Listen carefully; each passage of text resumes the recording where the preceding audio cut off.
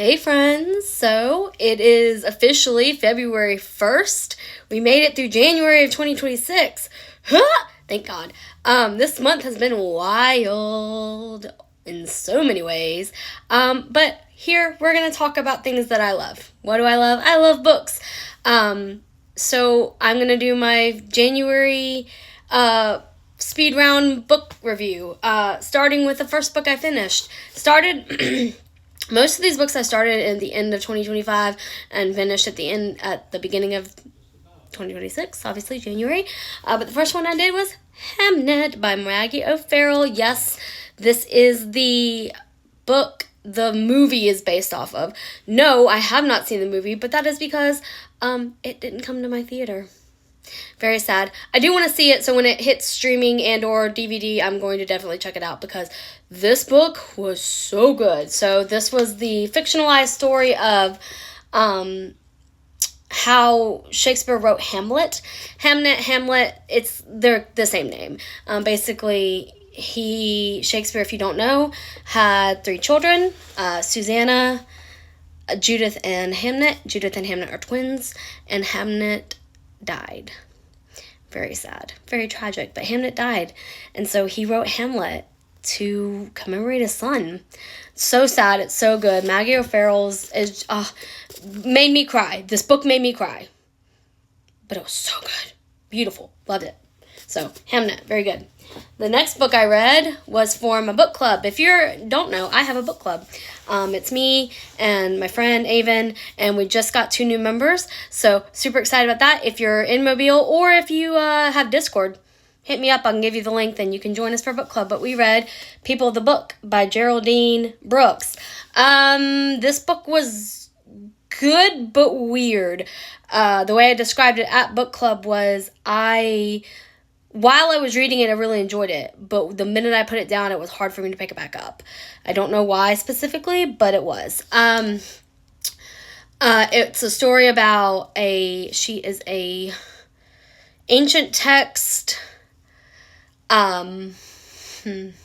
restorer, and they find this ancient Jewish text called the Haggadah, and it's the story of like how this book has survived through decades and centuries of from when it was written to current, and through wars and anti-Semitism and like the people that have protected this legacy of this book.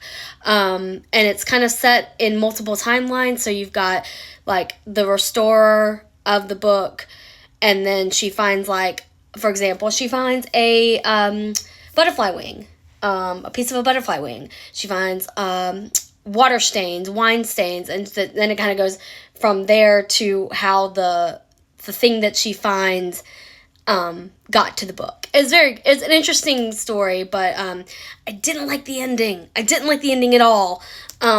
But Geraldine, beautiful writing. Also, this cover is really pretty. But yes, so this was what we read for my book club.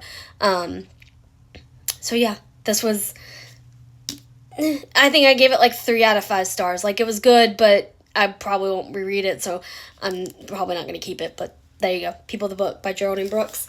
The next book I read was called The Left-Hand Path Mentor by T.S. Barnett. This was a local, this is an indie author, a local author to my area. I think she's there in Mississippi. But anyway, this was really good. Sci-fi. We follow a wizard, and he has a young apprentice, or a witch rather. He has a young apprentice, but he is morally gray, guys. If you like morally gray characters, this one was really good. This is actually the first book in a series. Excuse me. And I do want to read the rest of the series because Nathaniel is a very interesting character, and he kind of gets caught up with these people that are trying to apprehend him, like the law, and he does the thing, and it gets complicated real quick, but it was really good, so I enjoy that. So T.S. Barnett, The Left-Hand Path Mentor is the name of the first book, so really good.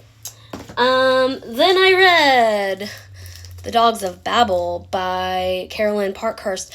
So this is a story about he is a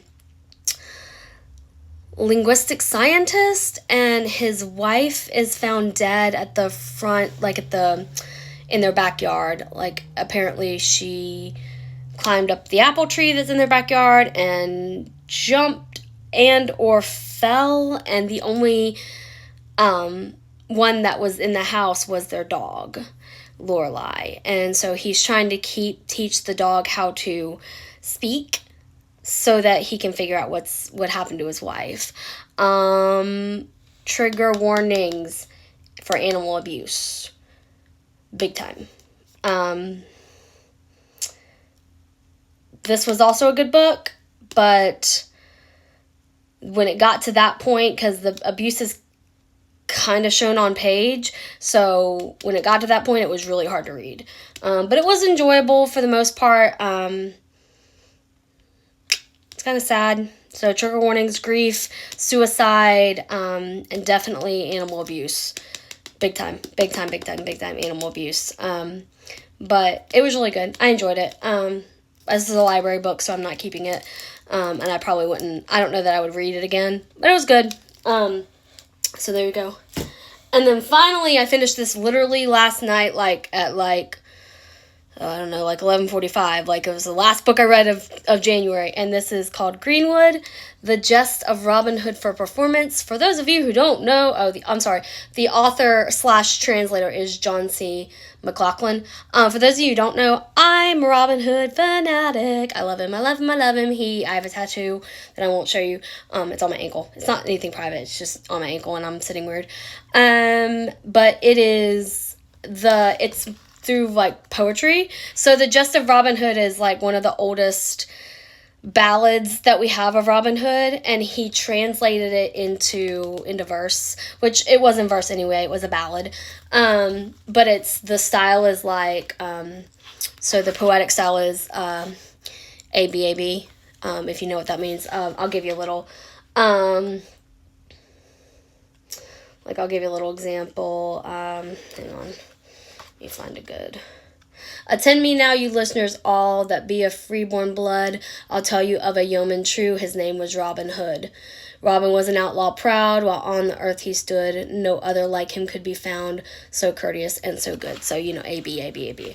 But it was really good, really short, obviously. Kind of a script, because it does say for performance, so I guess theoretically you could, if you wanted to memorize it, you could bust it out for a showcase or something. Might be fun to do one day. Who knows?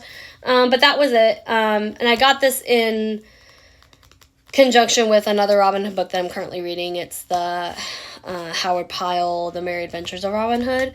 But yeah, that's what I read. So that's what I read in January, and I've got some other stuff I read constantly, and I've never talked about that on TikTok, but I'm trying to post more, so here we go. But yeah, that was my really rapid fire read through. So we have, just to follow up again, because I've got a few minutes, I'm going to do it.